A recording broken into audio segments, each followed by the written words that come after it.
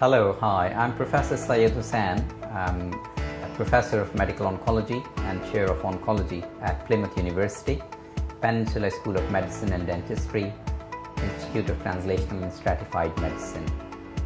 I've been involved in the care of advanced bladder cancer and urological cancers for a long period of time. My major areas of interest are in clinical trials, urological cancers, early drug development, and translational medicine. I was part of the group which developed the BC 2001 trial.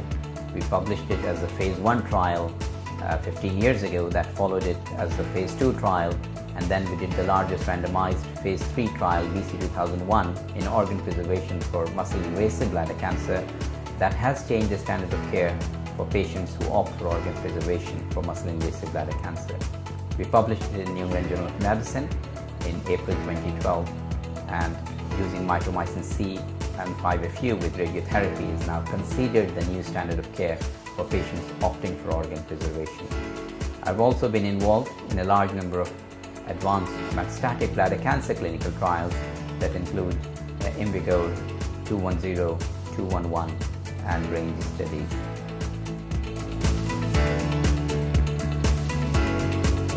So this is a phase 3 trial design which was published in Lancet recently, and again comparing atezolizumab versus standard of care chemotherapy, which was basically dealer's choice, and clinicians were allowed to use vinflunine, docetaxel, or paclitaxel.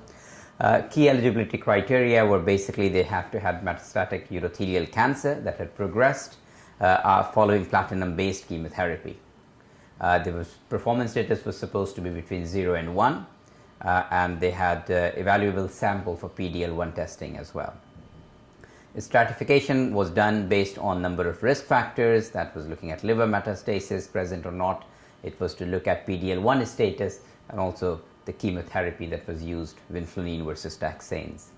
The way the trial was designed was that it was looked at the primary endpoint was overall survival, but it was tested hierarchically in a pre-specified population. The additional endpoints were looking at efficacy, which was based on the RECIST criteria, overall response rates, progression-free survival, and durability of response. Additionally, safety was the important part of the trial as well as looking at the quality of life measured within the trial as well.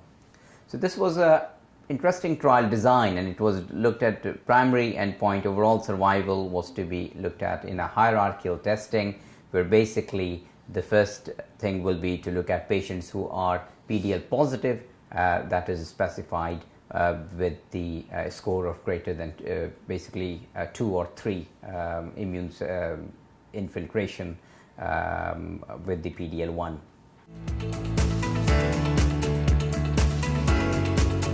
In terms of the overall survival, looking at the IC23, that is the patient population who were PDL positive, score 2 or 3, which was by definition positive in terms of the PDL expression, which was the primary endpoint of the trial, which was looking at the biomarker, selecting patients for response, and basically the patients who were recruited in that part, PDL positive versus PDL negative arm of the trial, the median survival was 11.1 months in patients who received atezolizumab, and it was 10.6 months for patients who received chemotherapy.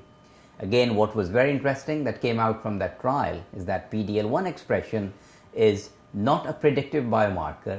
It was not selecting the winner. It was not selecting patient group who will respond better to atezolizumab, but what was interesting was that PDL1 was actually selecting patients who will do better, irrespective of whether they get PDL1 inhibitor or whether they receive chemotherapy. In that sense, PDL1 was behaving more like a prognostic biomarker rather than a predictive biomarker.